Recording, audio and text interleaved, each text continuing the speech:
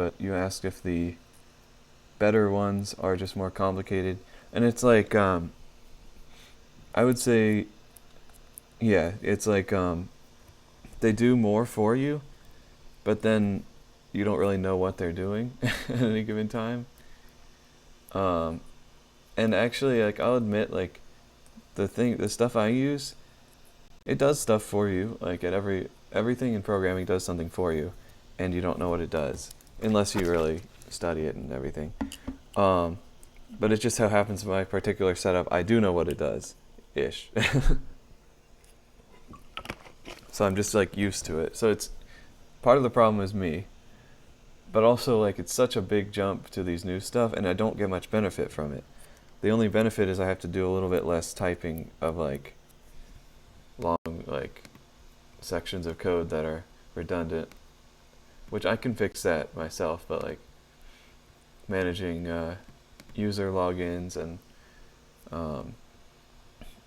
access and everything, which this isn't too bad for like, but this is like one variable. So it'd probably be simplified in some of the new stuff, but I just couldn't figure out how to make it good. I don't know how to say. So a little walk through here. There's the way most things work, most applications work is there's a server and a client, or most web applications. And in our case, there's a lot of servers and clients floating around, because when you go on Twitch or whatever, Twitch is the server, and you viewing it, that's the client. And there's other clients you can use. You can go on Twitch and use the normal client, or you can use like Chatterino or whatever. I don't use it, but I've heard of it. That's another Twitch client. And you can also, if you want to have a bot do it, where is it? There it is. You can use this thing called tmi.js.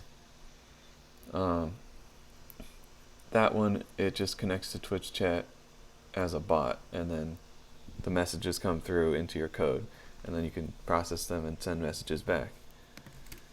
So for example, like TMI, oops, where's the usages?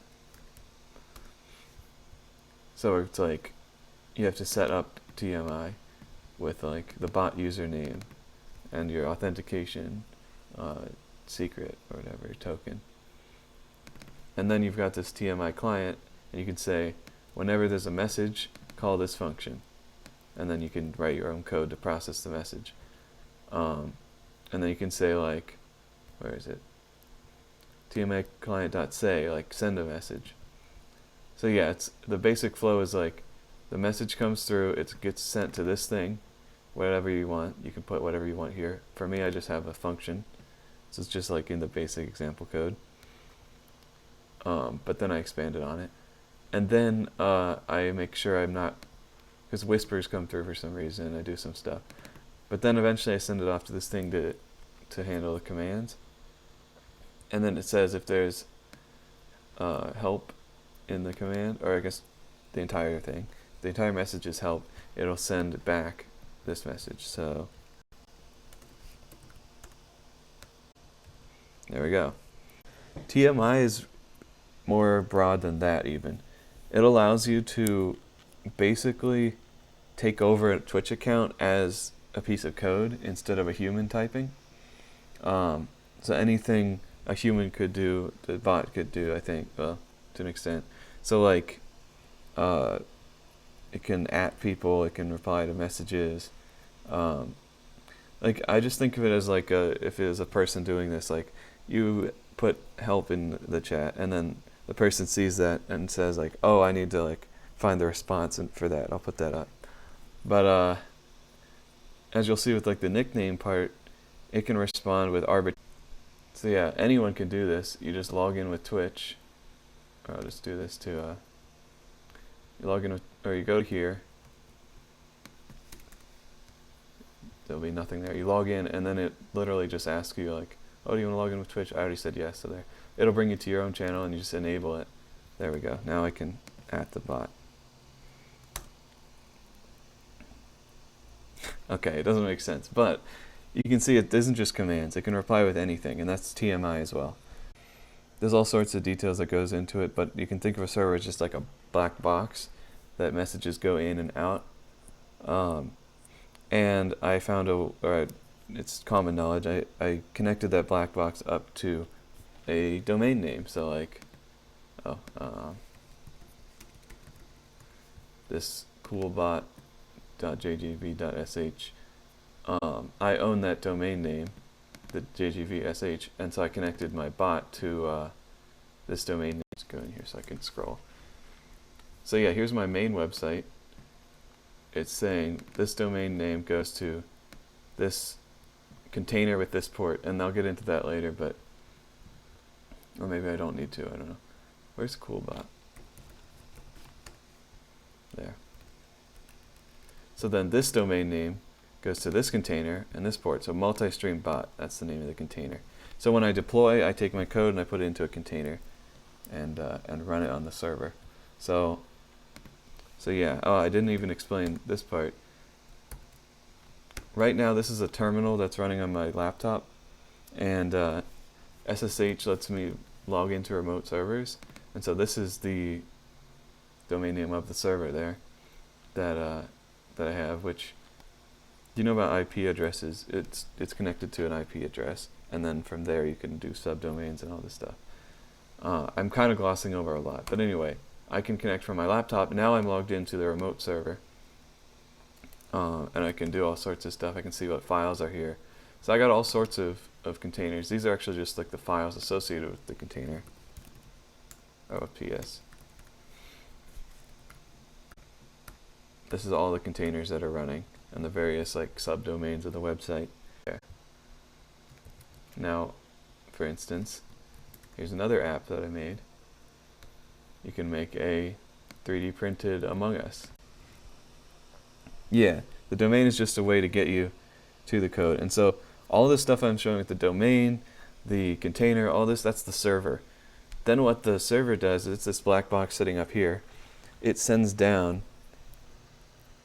Yeah, it's pretty cool. I mean, there's a piece of code that I found, or an application actually, that I actually install into the server. That's it, that runs inside the black box, where it's like processing STL files automatically. So like here, we can put whatever we want on here.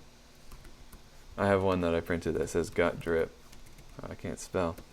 Got drip. And then of course you got to add the shoes. Then it generates it.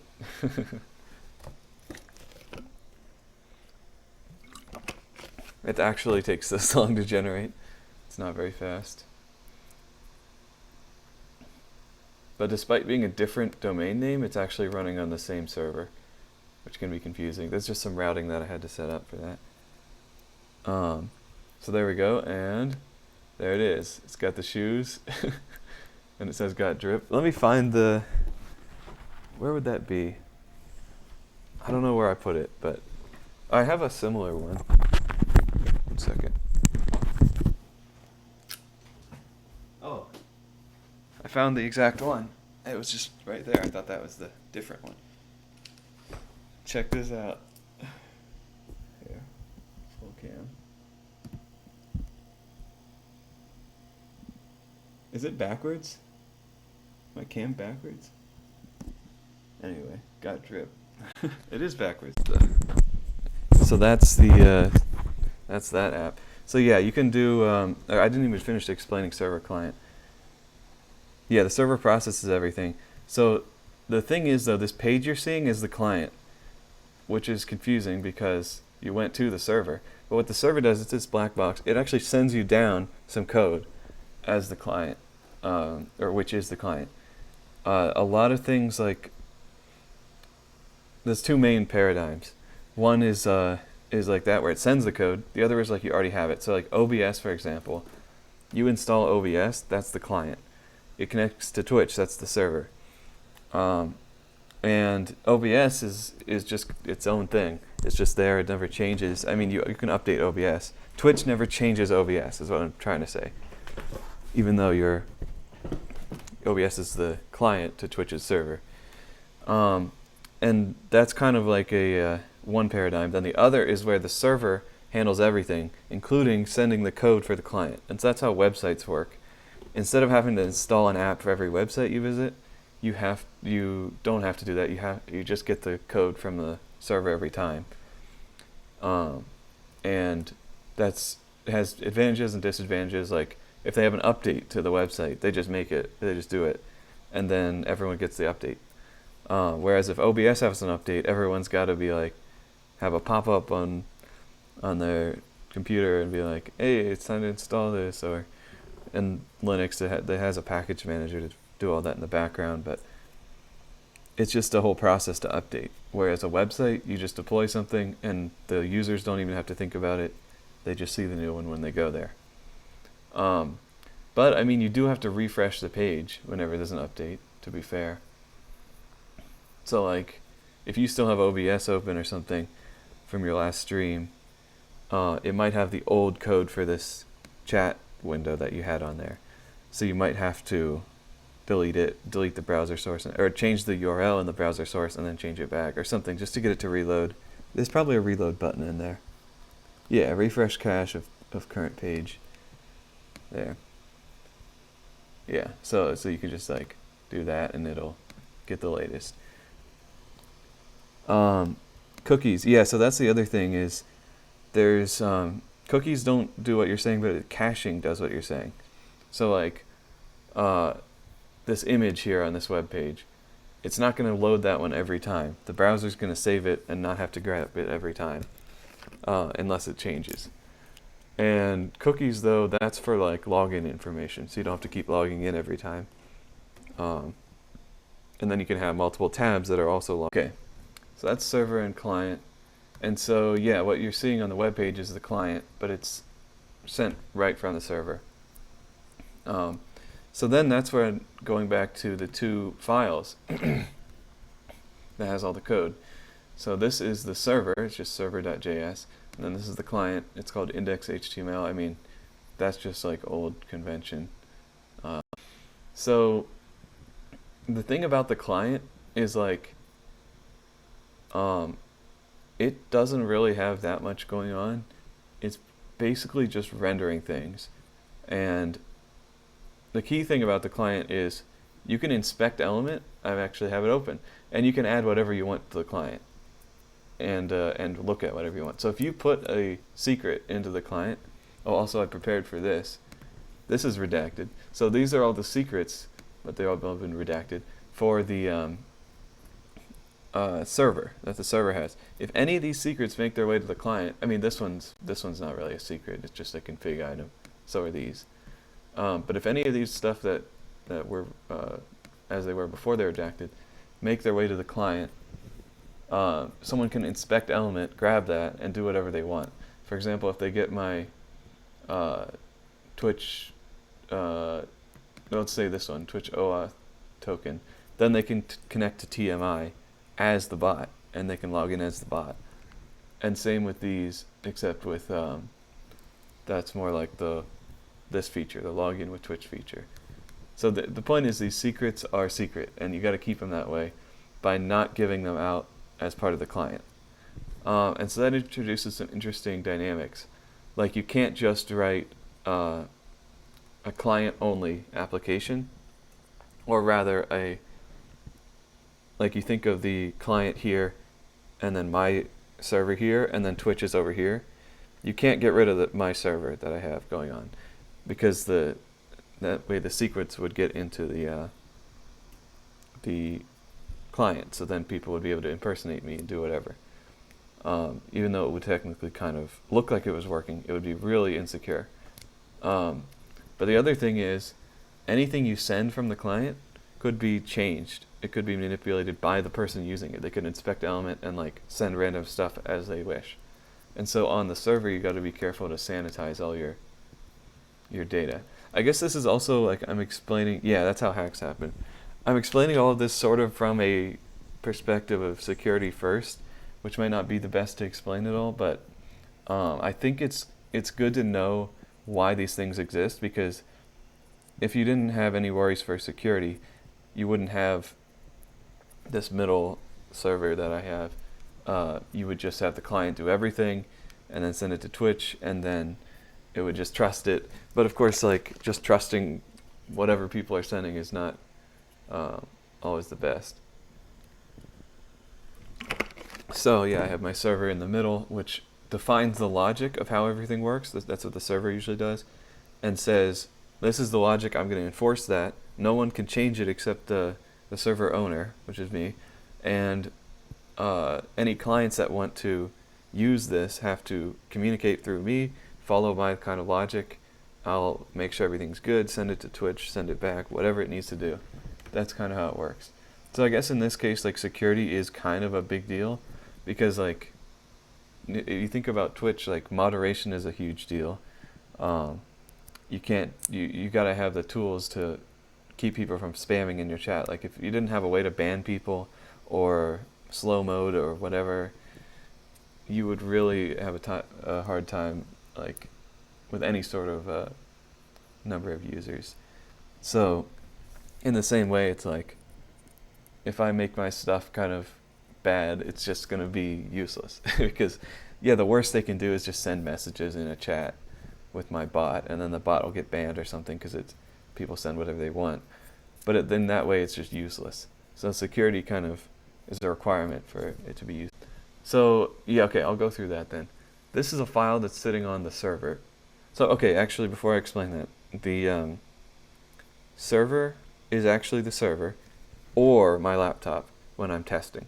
Because if I wanted to change the code and I can only run it on the actual server, the real thing that's a production environment, I would have to keep changing it, upload it, and then it's like, oh, that didn't work, syntax error, or like you typed something wrong, your logic's weird. I always like to have a quick cycle of like change, test, see what happened, change, test, see what happened. And the shorter that time is, the more you can get done, because it's like it becomes an extension of yourself. Like, imagine if you were playing tennis or something, and every time you swung the racket, it took like 2 seconds to actually swing it. Like, you wouldn't be able to use that as like an extension of yourself. In the same way, if you have to change the code on the server every time, that introduces like a few minutes of deploy time and everything, make sure everything's right, and then you can run it, and then it just fails with some simple error. So it's kind of, what are you even doing? So I have to test it locally. It runs on my laptop as if the laptop was the server. And so then in that context, the server is just this program running, and then the client is my web browser. So yeah, how can they not see these? These are stored on the server. And so they can't get to the files on the server. Yeah, exactly. The video edit example is a really good one. I'll have to use that analogy because, yeah, in this field or whatever, people will probably understand that. That would be an interesting poll. What percentage of streamers have edited a video?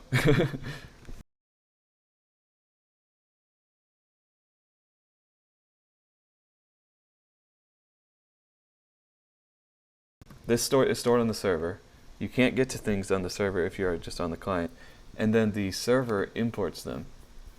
So there's this thing called .env, which you tell it to import files. So this is the path to it. And that's the real one, not the redacted one. And then from there, it will populate those variables. So for example, Twitch superadmin username equals this. It'll be as if you put this into the code almost. It'll be as if you put like that. This is like, it's executing stuff like this from that file. It's just reading the file and just adding those variables.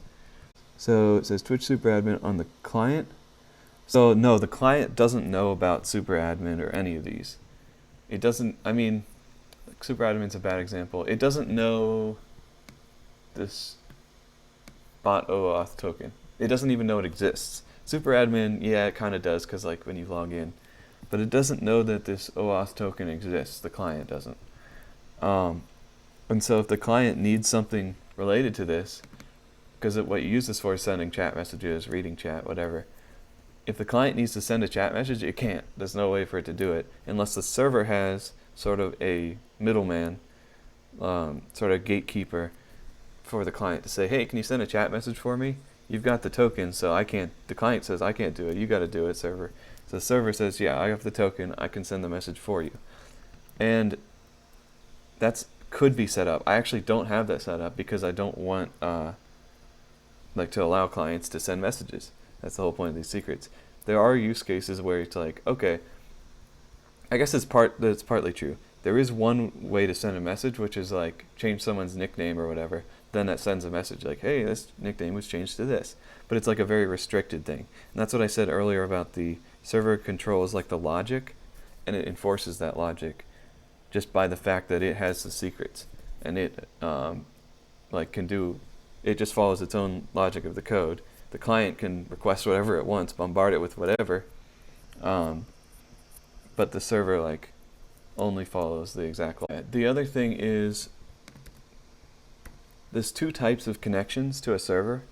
There's sort of a one-time connection, and then there's like an ongoing connection. So the one-time connection is called a request, or like an HTTP request or whatever. And it's basically what your browser does all the time. When I hit enter on here, oh, it's already loaded. When I hit enter on here, that's an HTTP request to the server, and it says, give me the thing that's at this URL, Universal Resource Locator. So it's saying, give me the resource at this location. Actually, there's a special case here, which is this hashtag or this pound sign.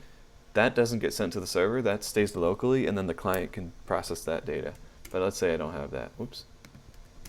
Put an extra. Yeah. This is the resource. And then like if I click on pop out chat, this is a different resource. In this question mark, this stuff does get sent to the server. Oh, hey. Someone liked the stream on Mastodon. That's cool. I don't even know that was a feature on Owncast, liking a stream. That's cool. Anyway, so this is part of the URL. So I guess I'll go through this one real quick. And this is the one-time connection, not the live one. I'll get to that in a second. So, did I miss it? There it is. So this one, /chat, that's this part. This first part is just the domain name, and since I'm running locally, it's this. If I'm running it for real, where is it? Oh, well, I didn't put a chat thing. Then it's this, with the domain name. But I'm running locally, so it's just that. Then we have the chat, which is this route. Yes, the route. Then we have parameters. After the question mark, channel equals whatever, that's a parameter. And so channel, or rec.query.channel. That's, or query parameters. That's right, query parameters. And then you can also define a background color, but the default is transparent. So I could say BG color equals, let's make it red. Oh, it didn't work. Oh, is it BG or background? BG color. Oh, it has to be without the hashtag because that makes it local. Yeah. Oh, it's I need the symbol for the hashtag, I think. So I can just type red actually. There we go. It's a transparent. So yeah, that's the query parameters. So that's a one-time connection is this HTTP request that goes to a URL, Universal Resource Locator, and it's handled by these routes, app.get, and then the route, and then then you provide sort of a callback function, which is like we had with the TMI client on message received. Yeah, on message handler, you're providing a callback. And so if we were to break that out, it would make a little more sense. This whole thing here is a callback. I would call it my callback. We'd have to define that. And we can even make that more clear, like this. And then this is the inputs to the function, and we can even put function, I think. Yeah, function and then that. This is just different syntax for the same thing. So a function with these two inputs, request, which is going to contain the information, and response, which is yet another callback-ish type thing, or like a way to send stuff back. And usually functions will return a value, but in this case, we're using a parameter to send data. So it's a little bit weird, but and so then what this is sending back is like a file basically, but it's just sending it from the code instead of an actual file. Some of these are actually sending, send res.send file, and it'll send like this little thingy here that's called a fav icon. So that's this. That's this. But this one's sending just data as if it was a file, or like, it doesn't matter. And it's actually rendering this chat template, so I actually closed that. No, I didn't. There. This whole template thing, it's going to render that, and it's going to like replace these placeholders with the actual thing. So channel, it's going to replace with the channel that you requested in the query parameters, and same with background color. So everywhere it sees this channel, it's going to replace that, and then where's background color? Yeah, it's also replacing channel here, and then there it's replacing background color. So that's the one-time request. The request, so in this case, this variable is sort of a representation of that request, all the data that's contained in that request. So yeah, and this is a response, that's what it's short for.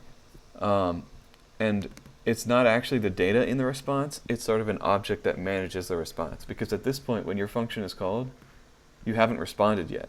The function's job is to respond, and you can do that by saying, by using this response object to send stuff, and the response object is kind of part of the connection, the one-time connection. So the connection is actually open whenever your function is called, or that's what you're assuming. Everything goes right. And the data has already been retrieved, but it's waiting for the server. So at this point, the client has done its request. It's waiting for the data from the server, which you'll send with this. And it's important because you can actually do logic here. You can say like, oh, check this thing, do that thing, do whatever, and then we'll send a response. So you have some time. And then you send your response, whatever that it could be. It could just be as simple as like res.send hi. And then actually I'll demo that real quick. Wait for it. There we go. Now it just says hi instead of this entire web page. So, that's kind of useless, but it's just to show it off. I'll put this back. And then once the response is sent, the connection's closed. That's why it's a one-time, or because it's a one-time connection. So when you get an error saying waiting for response, the server timed out. The client said, hey, I requested this like a minute ago and nothing happened, so I'm going to error out and assume nothing happened. Assume no response. Well, the server doesn't send back logic. It didn't send back data. The logic is just what goes on to produce the data that is the response. So then that's the one-time thing, and so we use that on all these things, these routing sort of mappings between a route and a piece of logic that will produce data as a response. The other type of connection is a live connection. And that's what Twitch uses for chat. Anything chat related is going to... So I use this thing called socket.io. Wait, where is it? Am I blind? There it is. So I use this thing called socket.io, which underneath it uses, the logic is the code, and the data is what the code produces, correct. I guess that's a lot of programming is thinking about like data and logic and which thing is happening where. Also, environment is a big thing. I haven't even talked about that because all this is running on Linux on my laptop and also my server. I think it would run on just as fine on Windows. Actually, there's a few things weird that have to change. But there's also the element of a container is part of the environment, and I'll get to that later. But anyway, so the live connection, that's socket.io, is what I use. And underneath it uses WebSockets. And if the WebSocket fails, it'll take a one-time connection and just spam it like every few seconds. So like it'll pretend it has a live connection. It'll just have some delay. And actually that's why the YouTube chat has some delay, is because their weird API doesn't give you the live connection like Twitch does. It just gives you this API. So I could try and figure it out, but I found some existing code that was like claiming like this is like the best we could do, and it still isn't the live connection. So YouTube just doesn't. I don't have a good way to demo it, but the client and server have this io.emit they can call, and you specify a channel and a piece of data. You can also combine things for the channel. So like I just use the Twitch channel /chat. So I didn't want to just use the channel because it doesn't like it. You want to have your name just be understandable. So like if you get a message on the Twitch channel, it's like, was that for the chat? Was that for some sort of event? Let's see. Current solution is one-time connection, basically refresh it. Yeah, that's the YouTube chat one. Yeah. And that's something that YouTube has to fix because, like I said before, the server, which in this case is YouTube's servers, has to, or it enforces the logic. So I can't change the way they do things. I mean, I can do whatever I want on the client, and that's what a lot of people have done, but there's just fundamental limitations of I can't make a live connection to a server which is not accepting live connections. So the socket, it's that live connection of whenever I emit, something else will receive it. So I guess, oh shoot, yeah. So this is the important thing is whenever, so the server runs the socket code, whenever the client connects to the socket, we have this callback again. So here is the callback, and I could do this same thing. Let me know if this makes it clearer or not, this separating this out. I define a function here, and I give it to this listener that will call my custom function whenever it gets a message, or not when it gets a message, when it gets a connection, a new client connecting to the server. Then inside this callback, I create two more callbacks. One when it's disconnected. That's not too important. It's just for logging purposes, like, hey, we disconnected. The other one is when the client sends a message. I guess I don't need this anymore. Yeah, but like you can have a thing of like, because I'm not actually listening for much, but I'll leave this here just for now. Like I could process a message like, yeah, this is a bad example because it doesn't do two-way. But like, yeah, I can send messages to the server and it'll be like, hey, I got the message. But it has to be on this channel right now just because that's the only one it's listening on. I could change that and be like, oh, there, chat. And then I could be like, TMI client dot say. So I could like forward the chat. Like whatever the client say, I could have the bot say that. But that would be dangerous there. So then we have this thing here on the server. Whenever it gets a message from Twitch or YouTube, it can emit that message. And I'm defining like a common format between the two because the way the data is sent from Twitch and YouTube is very different. But I'm making it very simple of like, you give me a username, color, emotes in the Twitch format, which the YouTube ones don't even work because it is the Twitch format, and I'll have to adapt them later, and just the message text. I'm assuming you're saying when a client connects to the server. Yeah, the socket does establish the live connection. Socket.io is a library, and it's establishing a WebSocket connection. So I guess it's time to look at the client just to see a better example. Here we go, yeah. And I'll go to the chat one, this is simpler. So this is only 100 lines of code, and this is enough for the pop-out chat functionality. Oh, whoops. I gotta go down in here and then, yeah, and then I can select that. There we go. So this is all 100 lines of code for the client here. So here we go. So now we initialize the client side socket. The client is the pop-out chat window or the web page here.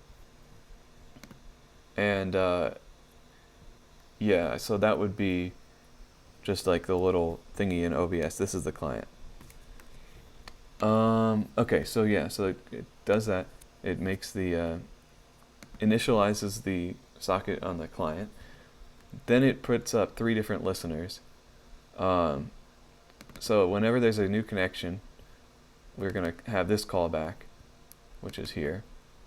Socket emit. Yeah, and so this is just going to send a response. So whenever I connect to the server successfully, I send something. And this is not strictly necessary. I used to have some stuff it would send back, but I don't anymore. And that actually is this, because it's init. That's the same channel as this init here. And so it's just going to get data. I don't even use that data. Okay. Then if the connection fails or disconnects, I don't know why these are 2 different ones, but they are. It just calls this error thing just to let me know. And actually, it doesn't even let me know. It lets the client know. Who you have to open your console window to see if anything even happens. So for example, if the server goes down, we see this socket error. And it's giving me some more information, but I know why it failed. Close that. Put the server back up. Then this is the important part.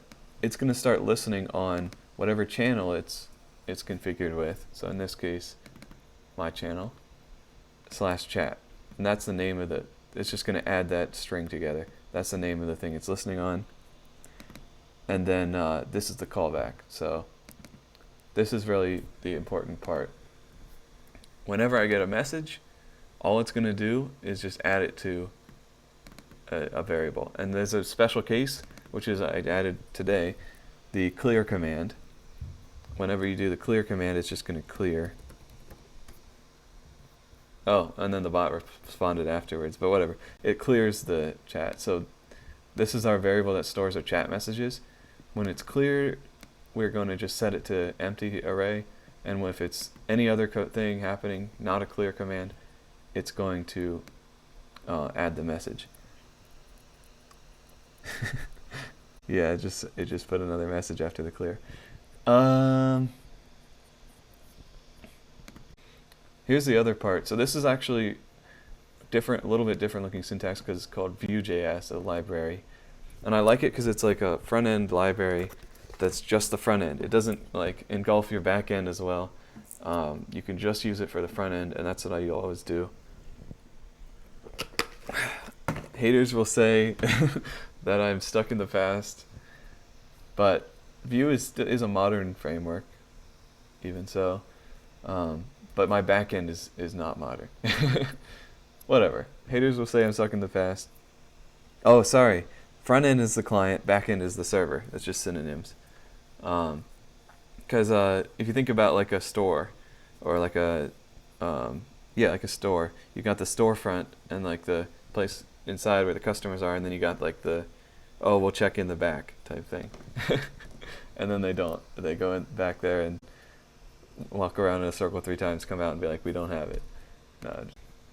So because of Vue.js, we can take this HTML, which if you don't know about HTML, that's a whole separate thing I'm not going to cover. But it's like HTML is sort of like data, but it stands for Hypertext Markup Language. And a markup language is just a document format. So like normally when you're writing a document, let me wait for this to open. Whenever I'm streaming, everything's so slow. Whenever you're writing a document, you can have like bold text and all that stuff. But a markup language is like a very strict representation of that. So if you're using like Microsoft Word, there we go. I mean, I'm using equivalent of Microsoft Word. You can do different things. So like Control-1 and boom, it's got like large text, whatever. But the file that this saves is like super horrendous in programming terms. So if I actually open up the file that's generated with this, it's actually a zip file. So I have to rename it as zip. And I don't know if this works for Microsoft Word. But then I open up content, and here's all this stuff. So I looked for my text. There we go. There's the text that I typed. Can't even zoom in on here. Whatever. And then there's a paragraph. And so it actually is looking similar to HTML, but it's a little bit different. It's like XML, or it is XML. So it's another markup language, the ML. But this is like a very like cluttered format of that. Whereas if I wanted to do the same thing in a simpler language, I would use Markdown.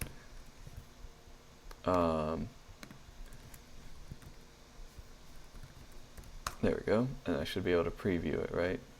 Yeah. So I would simply do, I'll just copy all this, do this text, and I would add that, and it would make it a large thing, and I would add new lines, and that would make new paragraphs. So there we go. This is a much simpler Markdown language than, did I already close it? No, than this. And it's got all sorts of metadata and fonts and everything. And so HTML is similar to this, except we have to do it like this instead. Just a different way of doing it. HTML is older, so it's a little bit less intuitive than Markdown, but there we go. And then for these, we got to do paragraphs. Or a P tag. And it's I'm getting away with not doing some of this because it's smart. My editor's smart, but yeah. So I guess I said I wouldn't get into HTML, but I did. Anyway, now the thing is, on top of HTML, let's say because HTML can't do stuff that changes, and our chat is going to change. Yeah, it's going to be adding messages. And so actually, what ends up happening is it starts out with a certain thing of HTML, and then the HTML itself changes. But there's actually code driving that, because the HTML itself can't handle it. So like it's adding these individual elements here as the chat comes in. So that's our Vue.js. In normal JavaScript, so JavaScript is the code that runs on the Markdown is a simple version of markup. Markdown is like think of it as like a brand name. Markup is like the general concept. Markdown is like a specific language. Yeah, HTML is the text stuff, but it's like, what's it called? Rich text or whatever. I don't know. But you can think of it as almost just text. And you can do some pretty crazy stuff with HTML, and especially with CSS, but none of it is dynamic. It's all static. It all just sits there, doesn't change. You can have CSS animations, but they're just going to be looping or whatever. But when you want to get into, here, I'll do this, dynamic content, then you use JavaScript. And there's other ways to do it, but you have to use some sort of code. So we're using JavaScript. In normal JavaScript, you would have to do, let's do an example here. So this chat full screen, or this messages, yeah, ID equals messages. So what I'll do here is say document.query selector messages. That's going to select my message container. Add element, is that right? No. Add? I don't remember. I can do this though. Inner HTML plus equals, here we go. Because I don't really do stuff in such a low level that often. There we go. So now I've added another chat item with this HTML code by saying, get me this container, give me this element. I mean, you can, yeah. Container is an overloaded word. We'll just say, give me this element that's called messages, or that has the ID of messages, and then add on to its inner HTML this HTML. And so now that is actually contained within the HTML. And this is called the DOM, the document object something. I don't know. It's where it starts to deteriorate. But we're not done. It'll deteriorate further. Yes, you can find, so okay, it's not Java. That is a piece of history right there. JavaScript was made after Java, and it was a new language, so they wanted to make it credible, so they named it JavaScript. Has no relation to Java whatsoever. It's just a bit of a rip-off of the name. I need to get some water. Just to get the clout, literally. Playing. Yep. It's pretty funny. There's a lot of funny programming history things. But okay, so that's that. So that's the old way of doing it, is this document query selector, inner HTML, blah, blah, blah, which actually I might go back to if this is inefficient, because this is the most efficient way to do it, like the fastest, least lag, whatever way to do it. But this is a lot easier to think about, where instead of taking this data, this HTML, and manipulating it and saying, inject this piece of it, inject another chat message, all you do is you define sort of a way you want it to show up. And actually this is like a concept of imperative programming versus declarative. Imperative is like, do this, do this, do this. Declarative is like, I want a tree with branches and leaves, and and it's kind of more like painting a picture rather than giving instructions on how to paint a picture. And so we can have our entire picture here. There's no craziness going on of like things patching in, hacking in, and getting in each other's way. What we do is we say, so if we get rid of this, it's just a normal HTML. Ignore the style stuff. This is just basic HTML here. Then we add a special tag, I don't know what these are called, a special thing inside this tag. So this is a normal HTML tag, but we add a special property, I guess, which is this v4. So that's Vue.js specific. Vue4, so this is going to be like a for loop. And so it's like this weird thing where it's going to take this HTML tag and copy it as many times as we have chat messages. And so for each message in chat, it's going to have another tag, and then within that we can start referencing the message, the individual message, because this is going to be kind of copied. The message username is going to go here, and it's going to have a certain color and bold and all this stuff. Oh, also this should be, yeah. Oh no, because I'm going to leave it. It works. It's just a little bit, I think it's a little bit incorrect. Maybe not. Maybe not. We'll see. Okay, sorry. Back on track. Message username, and then a colon, and then the message text. But we have a special case for emotes. If there are emotes, then we got to loop through them. This is what I was just working on at the beginning of the stream. And if there's, so it's going to loop through the chunks of like before an emote, the emote itself, after the emote, another emote, text, emote, and it's going to differentiate each one. So if it's an emote, it puts an image into there, and otherwise it puts the value. And so this is like, still follows the same structure as HTML, but you got these things that are duplicating and if else and all this stuff. And then Vue.js manages all that.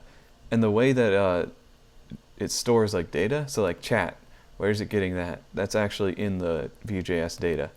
So I can take all this code that I was showing you earlier about, populate this array, and I can separate the logic from the display. I know I said the server has all the logic. This, I kind of lied, which is, I kind of lied about a lot of stuff because I needed to oversimplify it.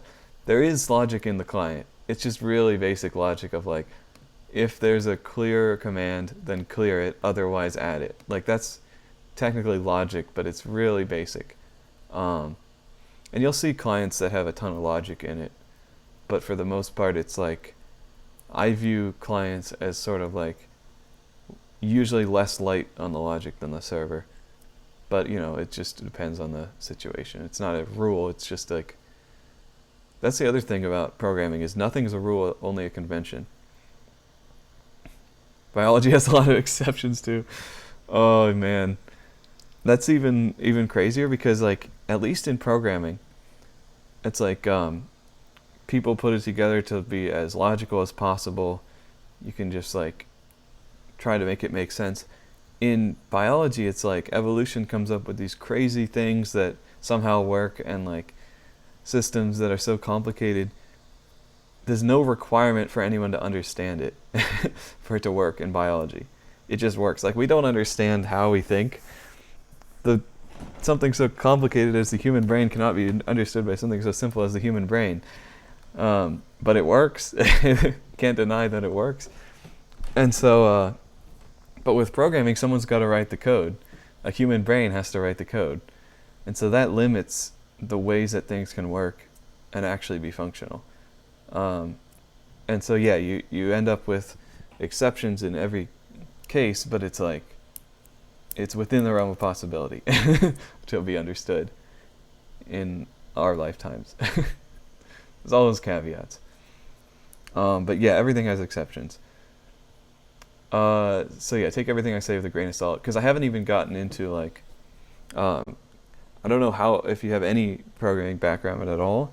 I'm assuming not, but haven't even gotten into how it actually runs on like on track. Turing completeness is he made a concept called a Turing machine, which was I think he proved it. I don't know. He showed that it could be used to calculate anything, to simulate any algorithm. And it was a very simple machine. It just had, and it was a design, not like an actual practical thing, just a thought experiment. You have like a tape with different slots that can contain different symbols, and you have a tape head that could write and read the symbols and do certain things. I'm a little rusty on this too. It's not even history. It's just computer science. But if you can simulate a Turing machine in your language, that's an easy way to prove that your thing is Turing complete. It can calculate anything. And so, yeah, like every programming language is Turing complete. HTML is not Turing complete, and so it's not a programming language. It's a markup language. That's the key there. It's when I said like static or dynamic, I'm thinking Turing complete. You can do whatever you want. Static, I'm thinking not Turing complete. It's just data. It's just sitting there. Maybe you can have some cool effects, but can't calculate pi or something. Oh yeah, I haven't even gotten to how things run on a computer, because it's like right now we're kind of living up in the clouds with all these ideas and all this stuff, which can be very daunting. But the long and short of it is, I can go on my computer. Let me just even make it even simpler. Just a terminal. And you can do this on Windows and Mac. You'll have to use Notepad instead of whatever. But if I go and make a temporary file, and I do this, and then I run that, boom. That's the power of, of programming right there. And, oh hey, hello Abraham Pardo. Wait, where are you joining from? YouTube? It's not showing up in the other thing. Yeah, YouTube. I guess Stream Elements sucks, because this thing over here, yeah, you can do whatever you want with code. If you want to influence things in the real world, okay, good. If you want to influence things in the real world, you need like Turing completeness doesn't prove anything about that. You need like robots and whatnot, and like who knows, like as far as doing anything you want. But yes, the other thing that I haven't read this anywhere, but I'm assuming like there's some paper on it or whatever. I wonder what it would be to say Turing completeness, but for timing wise, because a Turing machine, if you were to actually implement it, and people have, it's slow.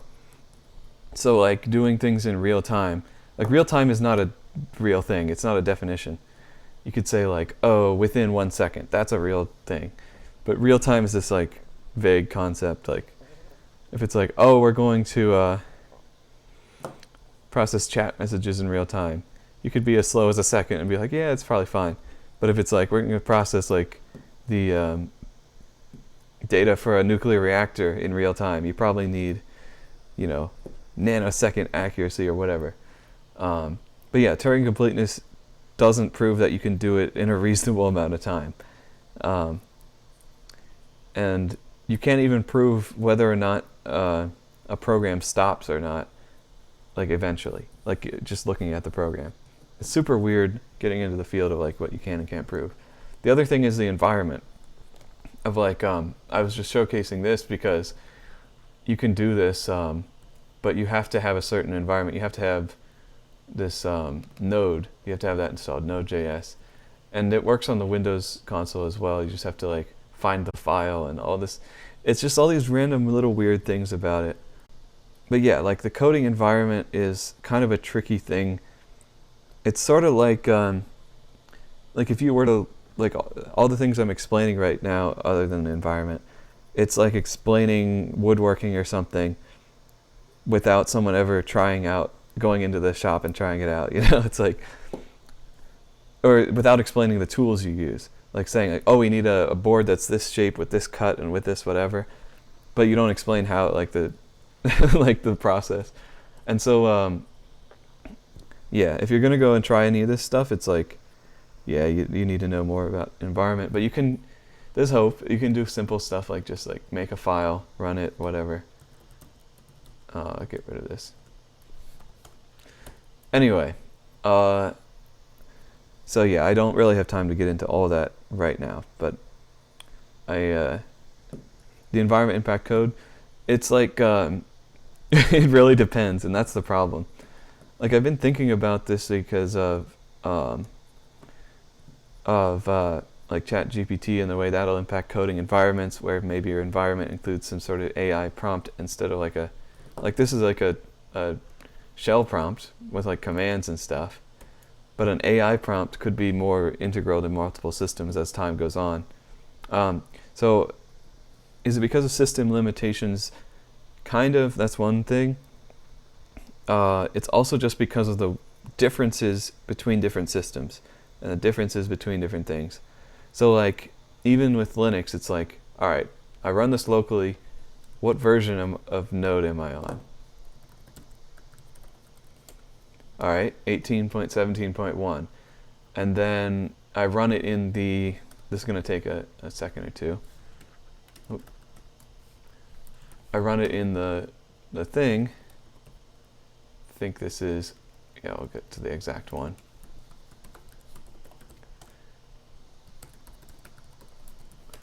And we're on a different version of Node, like this. And so it's little things like that. What version of the compiler, or I guess the interpreter you're using? What like environment variables? And so that's like the secrets thing. These are environment variables. They end up as that. So yeah, I really, this is something that I'm like, I don't know how to explain it or whatever, so it's kind of coming off disjointed, but that's the general idea. It's just the little things that add up of like, yeah, exactly. And it's like, yes, we both speak the same language, but we speak different versions of the language. Or let's say I run this in Docker, and that runs it a certain way. Or I could deploy it to Heroku. That's like a web service that you can deploy your stuff to. That might run it slightly differently. You have to put in your environment variables through their web interface or something. Or I run it through Kubernetes, which is even more complicated. There's just a billion different ways to deploy things, a billion different ways to run them locally, all this stuff. But I mean, people as an industry, people have kind of standardized on, like, for web applications, you use Linux, run it on Linux, and if it doesn't work, try and get a more standard version of Linux or Docker or whatever you're, like, people kind of manage this, but it's not a solved problem. So there's an interesting thing here with YouTube chats. The long and short is, I've got this plugin, or this library called Master Chat that I just downloaded. I can show you. It's really easy. It's just npm, which is Node Package Manager, Master Chat. npm I for install. I could just type install, but I'm lazy. And it installs it. It was already in there, but whatever. And then, there. Then I import it. I don't know why they got this weirdness with the import, whatever. It's importing another function as well. Either way, it imported it. So that's why it was so fast to add some of this, is because these are libraries. But there's some finickiness to it. I could call this right here. This is like one of my old streams. Boom. And then I've got a connection to a live chat. But yeah, they both have to update separately. And sometimes you can be clever about it and have like stuff that you have a common code base. That's the thing. If you're clever about it, you can account for multiple environments, multiple platforms with one code base, and just with different config files and everything. But it is a trade-off, because if you just support one platform, you don't have to think about any of that. And actually, corollary or a similar thing, this chat connection, I was thinking the same thing. Like, yes, I can connect to one chat with my server, with my code here. But then it's like, what if I want multiple streamers to be able to use this? Like, if I'm live and you're live, whose chat's going to be connected? So I thought of a way to connect both of them. It's really like not that weird, not that different, but I just had to think about it in a different way. Instead of having a variable, I just have, this is called a map or a dictionary. Or I could have used a list. So I could have done MCs is this one, or we'll do a list of this one and that one, you know, and like you have multiple. It's really like a basic thing, but like then the way you use it is different, so it gets weird. So instead of that, I did a map with these curly braces instead. Oops. And I'll just break it out like this. And each of these needs a key. So it would be like streamer 1, streamer 2. And then I added in some extra data, like I store the YouTube ID as well as the video individually, so that's not too important. The idea is, yes, my code is working to connect to one chat, but now I have multiple chats in this mapping where I can always look it up. So the way I look it up is like YouTube chats, bracket channel, whoops, bracket channel. And then that gets me this object. And this is kind of like the library. I don't know what's in there. I actually don't. I did skim it a little bit just to see how they were doing things, but I didn't have to do that. So it's, yeah, I don't know what's in here. All I know is they told me how to use it. Yeah, both live chats. I added this into the logging, so when I'm debugging, I know which chat it's in.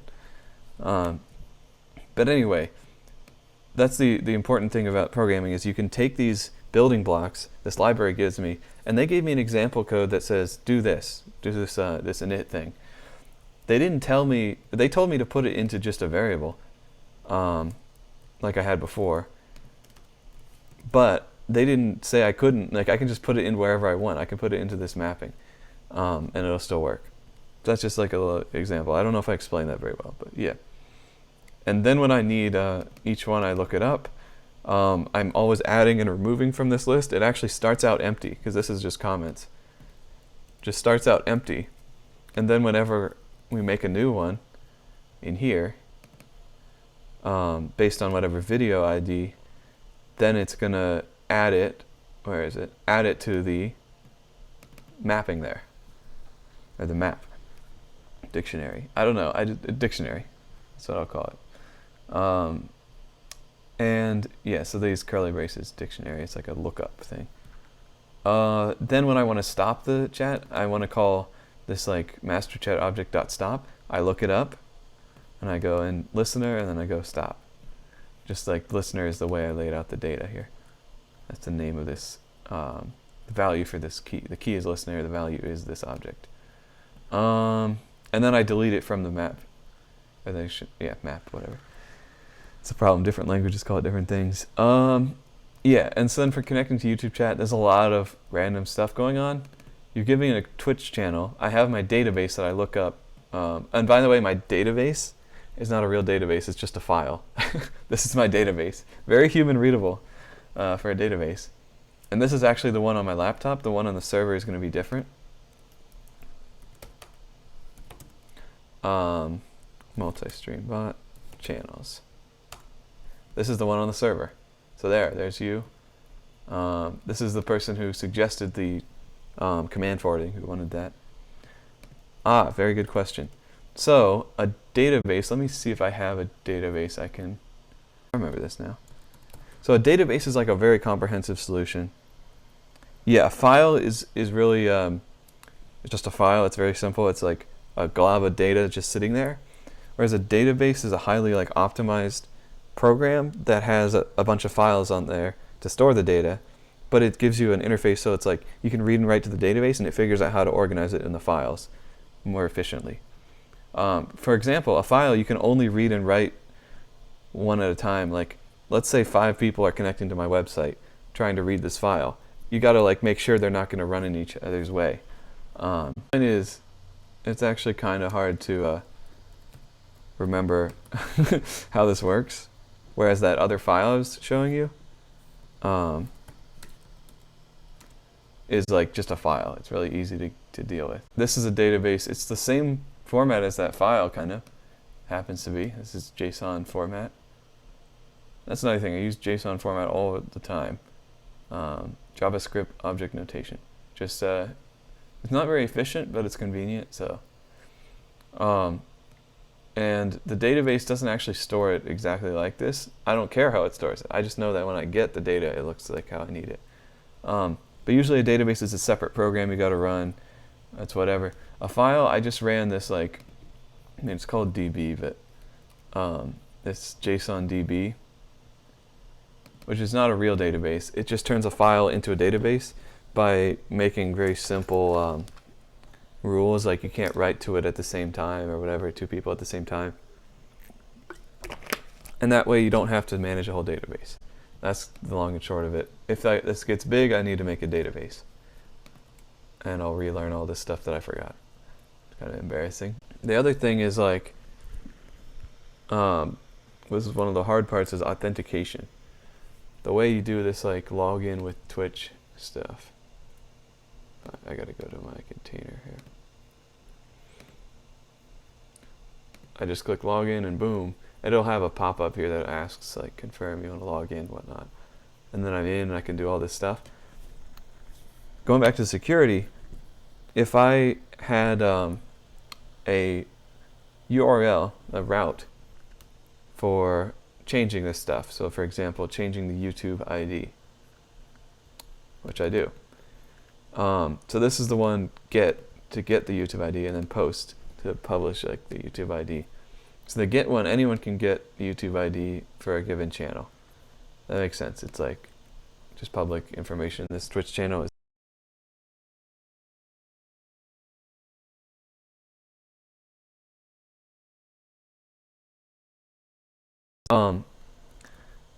but not anyone can set the YouTube ID. That's what I wanted like to restrict.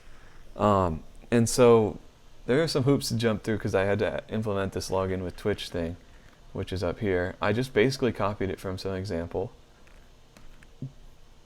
All of this, well, not quite all that, up to here. Just this weird stuff, but like this is where cookies come in, and you kind of end up with a data, like a piece of data for each user that you have to construct, and then it'll save it for you. And it'll give it back to you later when it's like a user's trying to do something versus like a non-logged in user where it wouldn't give you any data. So yeah, you like put together this like authentication strategy, I guess. I don't fully understand it, but you get control over kind of like what user data you're going to save based on the Twitch data. And then when you have a user trying to do something, like set a YouTube ID, there, you'll get a session that'll show up in the request data. So the cookies is like a way of handling the session. Let's see. So yeah, session, and you can get different data from that. So there's the user data, that's the data that I actually set up. And so then I have things like is super admin, and then the login name. So if the login name is the same as the channel, or if you are the super admin, then you've got access to change it. So that's kind of the idea. It's like if you're logged in as the channel, you can change it, or if you're the super admin, you can change it. And then from there, the request it works a little different than the question mark whatever equals. This is a post request, so they have it all hidden. So you got to go through request.body, and I got to jump through some more hoops because I needed this JSON parser. That was a weird bug. Where is that defined? Yep, there we go. Body parser.json. I had to import body parser. Why do they do this to me? But whatever. Then I can actually get the data from the body as JSON. And I can grab, oh, that's a different endpoint. I can grab the YouTube ID from the request data. So is this how you change the web pre and post login? That's actually a different thing. So this is how you do when you hit find channel, it's what's actually calling this find YouTube ID, but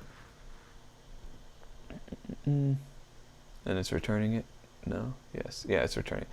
But then it sets it. Yeah, so it actually does call both. So it sets it and it makes sure you have access. The way it changes if you're not logged in, that's on this slash. There it is. So slash just refers to the thing with nothing. So this slash, like the domain name and then slash with nothing. This hashtag, again, that's the local data.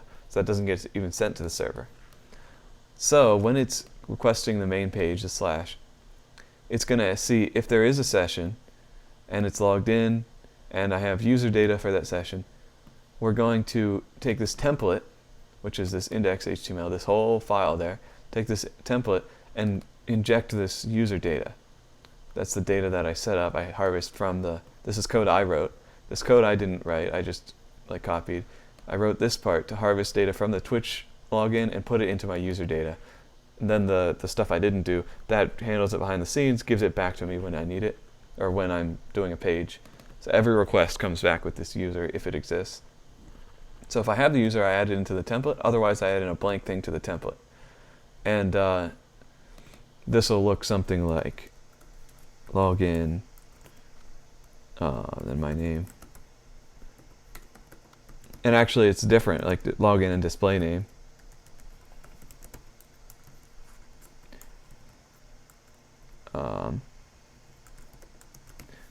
Things like that, and it'll have is superadmin true for me because I have in the secrets I am the superadmin, and when it's logging me in, it checks. Oh, I didn't. Yeah, there we go. It checks, is it this superadmin? If so, set this to true. This is like an equals operation that'll just return true when it's me. Yeah, so if the channel is the same name as the login, you can change it, the YouTube thing. And that goes for any of these. And this is kind of redundant code. I need to kind of figure out how to make it consolidated. If you want to change these forward commands, you have to be logged in. But yeah, so then this passes to the template. This template has some if-else stuff going on.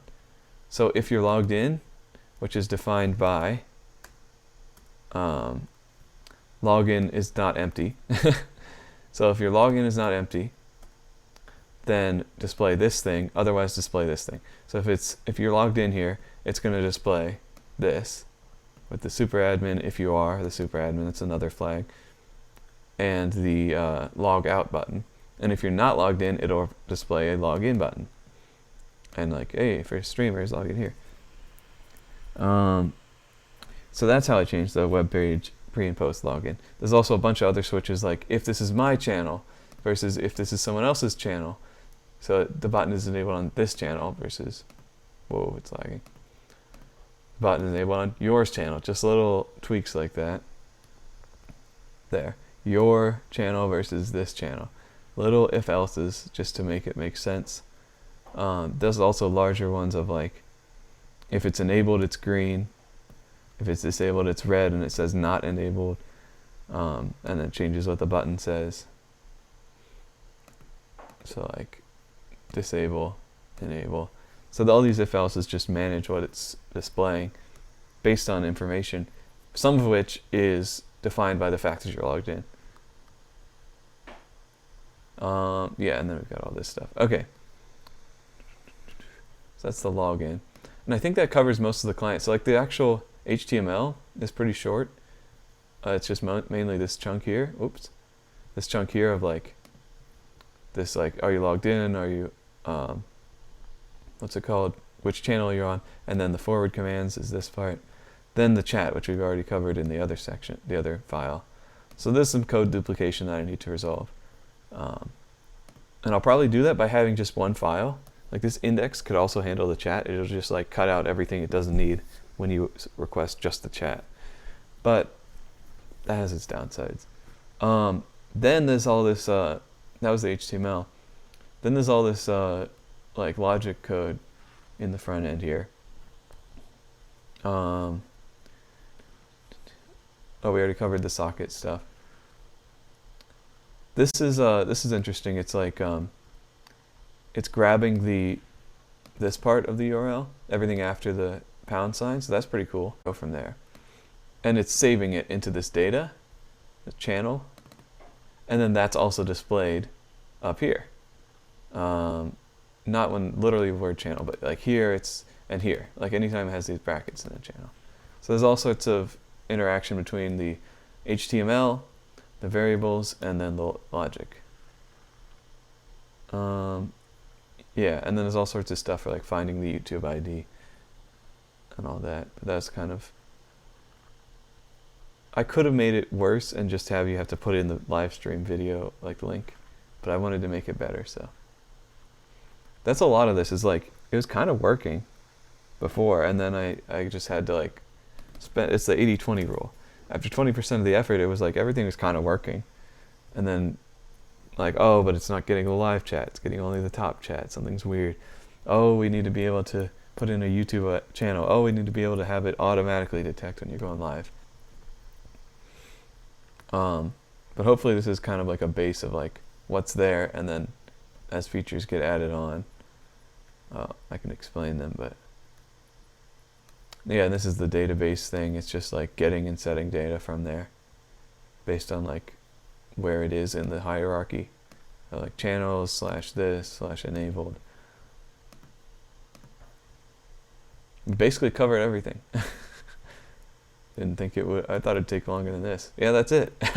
That's literally like covered every inch of the code. There are other files here. I'll address those real quickly. This all is the node modules. That's the libraries that I installed. It's not super important to look through. This is just a folder with static like images. That's the little pop-out icon. And then the style, that is CSS, which I'm not going to get into. Just making things different colors, different sizes, and whatnot. This is just so my version control doesn't keep track of what's it called? Files that are just temporary. How does my website do the stream when it goes live? That is a combination of the Owncast stuff being like already doing that, and then I added on my own on top of that, because like a normal Owncast stream, cast directory. A normal Owncast stream will have, oh, there's me. There's only one other live. That's fine. We'll get one that's live and one that's not. But also, yeah, this is a fun site. You can just find, it's on individual websites, like that's not like they have a commonality between them like Twitch does, where everything's on Twitch TV, but it actually does have a directory. So, oh wow, someone's coding. That's cool. So this is when it's live, and then this is when it's not live. And so I took that difference where it's like it doesn't have a video player when it's not live, and I just added in some, I think it was just CSS or maybe some JavaScript to I'll show you. Oh, new window. To collapse. Yeah, here we go. So I took this file from Owncast, which is like the main page, and I just modified it so that whenever it's not live, it would have a certain style.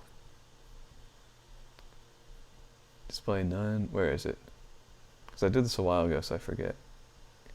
And I deleted all the stream info, like the panels below here, and I just added my own panels. Oh, there we go. Here it is. Video container minimum height 0. So that's the thing, is like when there's nothing in here, they have a minimum height. So if it's empty, it won't collapse all the way. I just made that minimum height 0, so it will collapse all the way. And I did important to override it. So that's CSS stuff right here. It's a little janky, but then I can actually just use Owncast. I don't have to write my own or do anything. Because I had a lot of other stuff I wanted to do with the website. I was very picky about it.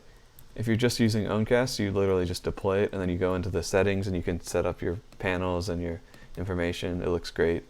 But I just had like an existing website, so I wanted to add that on top of it. But yeah, it was more like deploying Owncast and then patching it then, because I already had a website, but I took my old website and put it to the side, put the Owncast one, and then just brought pieces back in over. And I think it worked out. It's like, oh, did it fail? Oh no, it's just loading. I think it worked out, because then my actual page, it just collapses to there, and it's got everything I normally had. And then I can go to separate, because these ones, they don't have any like tabs. This one I can actually go to like the blog or whatever. And it won't have the live stream on it. The live stream's only on the main page, which is kind of what I wanted. Keep things simple.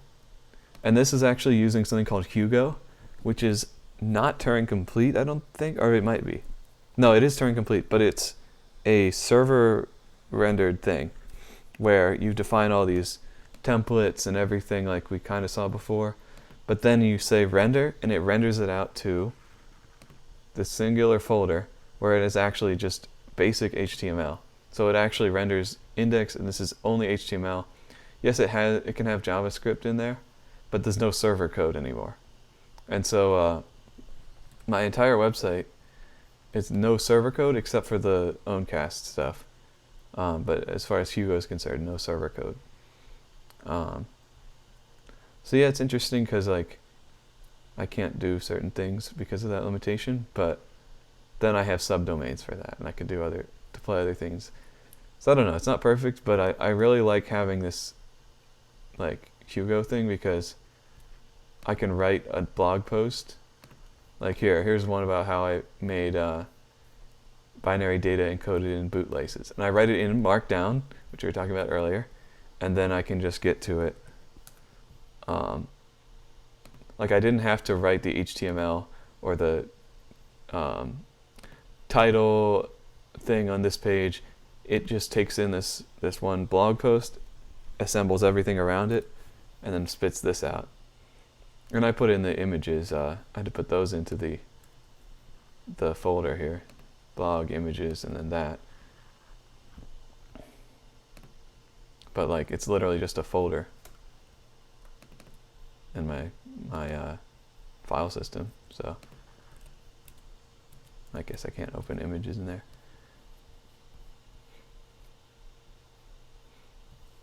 But yeah, that's the thing, is like I did this a while ago, I guess September, but that's how I get things done, is I always save what I have done, if that makes sense. Like it might look like I've got all sorts of stuff on the website. Yeah. But it's more like I have my programs from like the first few programs I wrote that were able to be used on. But this is literally from more than 10 years ago. Let me see. Yeah, like almost 15 years ago or something. Of when I was writing Perl programs. Oh, and it's got the wrong title. I need to fix that. And so I just made this program. Oh, there we go. Choose door through. Oh, I got it right. Wrong answer. I got that wrong. Door 3. Wrong answer. And it doesn't even X out both doors. Literally made these in graphics in Paint. There we go. Now we're in room 3 of 3. But I just hold on to everything I make. And whenever I'm migrating, I just make sure everything works again. I don't know if it's... Oh, and this is going to link me to the wrong thing. So I need to fix that link. There we go. So there's an example of like, I didn't do it. I didn't quite migrate it right, but it's kind of there. Like play again doesn't work. But yeah, and then this is just like a boring, like a math problem. Here, I'll do one of the problems.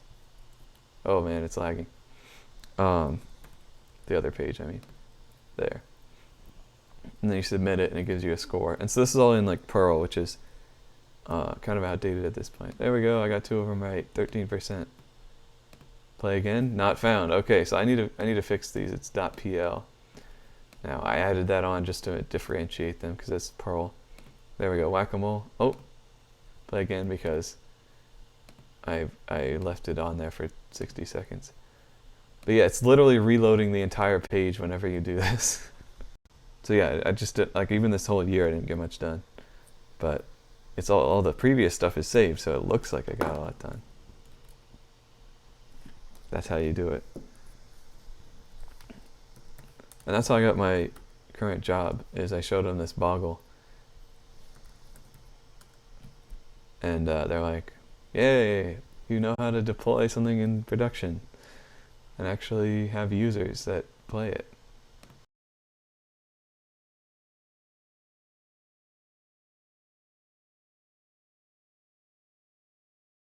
That is the magic. It's like, yeah, it's way easier just to take the stuff you've already done, or stuff other people have already done, like some of these libraries, and then just save it. Well, it looks like we've had some people playing it recently. I have no idea who these people are. Well, there's me. Oh, I recognize some of these people. This is my brother. Who's the champion? Oh shoot.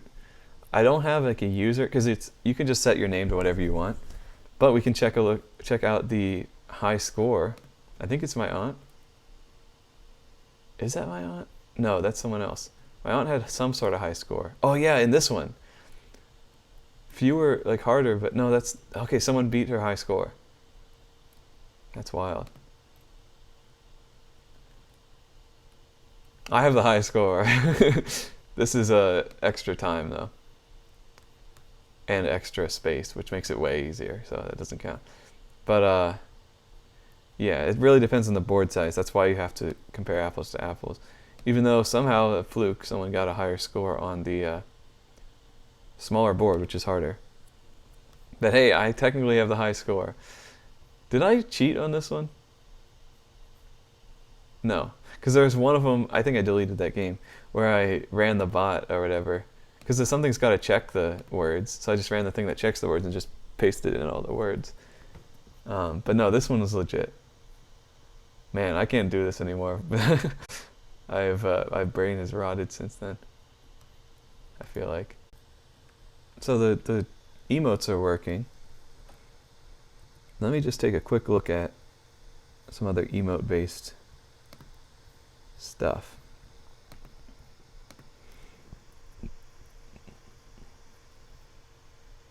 So if I put in like a 7TV emote,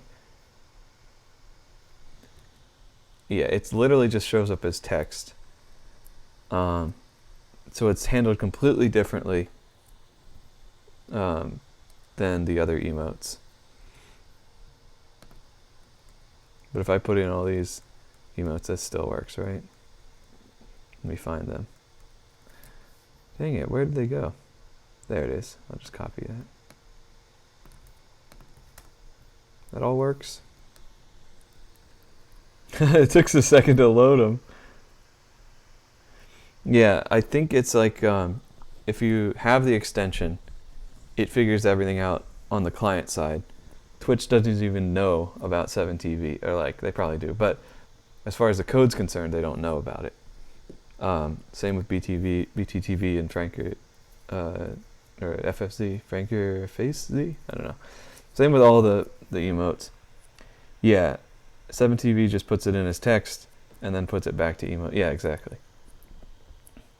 Everything happens on the client side. And that's kind of like an interesting thing, is like if you can get a bunch of people to install a client, and actually now with 7TV as an extension, it sort of mixes the idea of like, oh, there's nothing there, of a client that the server just sends you every time, which is like Twitch client, and a client that you install, which is like the 7TV extension.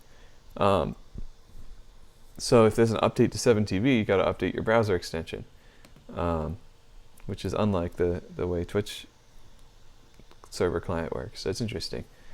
But yeah, like they're just kind of bypassing Twitch and they're just putting it as text. So I'm gonna have to figure out how to find which emotes are enabled in a channel for one, because there's duplicates, if I recall correctly, on 7TV. You got to enable a certain one for a certain phrase, and then same with all the other systems. But I think Twitch emote. That's the other thing I haven't even touched on is Git version control. It'll keep track of your changes, so you can go back to any point. Every time you do like a commit, that's a point you can go back to. So I have this commit log of everything I've done. So I guess I started this a few weeks ago. But then before that it was the nicknames. So I don't know, I guess it's been going on like a month, but off and on. There's a few weeks in there where I did not do anything. And that's fine. It's hard for me to believe that. Okay, actually I can say that's done. Okay, wait, so how important is 7TV and everything? Because like people's channel emotes will work and global. Because then the next thing I want to work on is kind of like, before I merge in the nickname bot, to kind of do some abstraction. There it is, yeah. Not that important. Okay, yeah. So I'll just put that in the shelf for now. And I'll take a minute to simplify some of this, because this is something important I've learned, which maybe I'm doing too much of it. So there's this idea of abstraction where you take your code that's doing something, and let's say you have the same code like twice or 3 times, you kind of pull it out and put it into a function. I haven't done enough of that, except for things like get channels. Like if you want to get the list of all the channels, I'm going to do that so often that I have a function for it. It just makes sense. But you can notice this code kind of looks like this code. I mean, it's just even the shape of it, but the actual, like, it's very, very similar.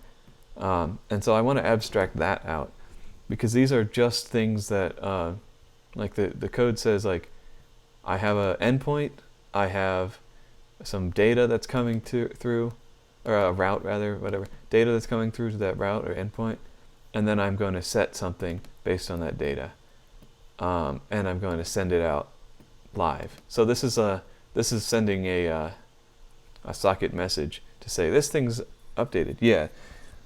So when I was talking about callbacks are a type of function, and these are just going to be a normal function, not really a callback.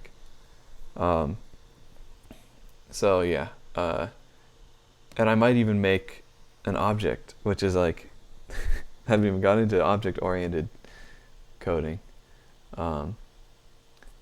but it's overrated anyways. But yeah, callback is like a rare type of function, or not rare, but like most functions are not. Man, this is going to be a pain to edit this. I'll try, and if it's too much to edit, I'll just rather re-explain it to you again later. You know what I mean? Like, that'll be easier.